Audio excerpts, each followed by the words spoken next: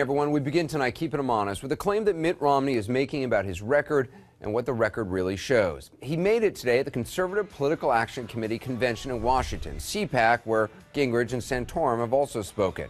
Our question tonight is Governor Romney trying to rewrite his own political history. Here's what Romney said today. I fought against long odds in a deep blue state, but I was a severely conservative Republican governor.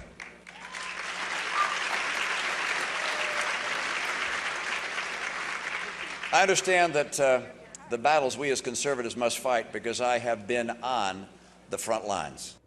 He says he was a severely conservative Republican governor of Massachusetts. He also said he knows conservatism because he's lived it, vowed to repeal President Obama's Health Care Reform Act, defend traditional marriage, and defund Planned Parenthood. That's his position today. Now, agree or disagree, it's, to use his own words, severely conservative. But keeping him honest, severely conservative doesn't exactly describe his time as governor of Massachusetts. And it certainly doesn't jive with how he himself was describing himself when he was running for that job. This is Mitt Romney back in 2002 when he himself was running for governor. I think people recognize that I'm not a partisan Republican, that I'm someone who is moderate and that my views are progressive. Not a partisan, moderate with progressive views. Here he is in a campaign debate volunteering his moderate, even liberal position on abortion rights. Shannon snuck a little extra point in there that I want to address, and that is with regards to my views with regards to protecting a woman's right to choose. And I've been very clear on that. I will preserve and protect a woman's right to choose, and am devoted and dedicated to honoring my word in that regard. I will not change any provisions of Massachusetts' pro-choice laws. Mitt Romney 10 years ago outlining a position on abortion. Now, whether you agree with it or not, that's a very far cry from severely conservative, you could argue. The difference between then and now is consistency. He was saying then what he'd been saying back in 1994 when he was running for the U.S. Senate against Ted Kennedy as a progressive Republican. I believe that abortion should be safe and legal in this country. I have since the time that my mom took that position when she ran in 1970 as a U.S. Senate candidate.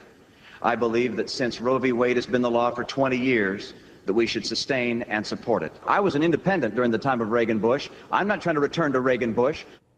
Back then, Mr. Romney also promised to fight for, quote, full equality for America's gay and lesbian citizens. That's from a letter to the log cabin Republicans. Quote, I'm with you on this stuff, he wrote. I'll be better than Ted Kennedy. So when he said in 2002 he was a moderate with progressive views, people had reason to believe him. Once elected, he also signed a ban on assault weapons. That was in 2004. He later signed a health care reform law that's almost identical to President Obama's.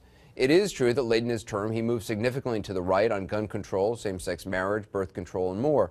But even then, the right didn't really see him as all that conservative.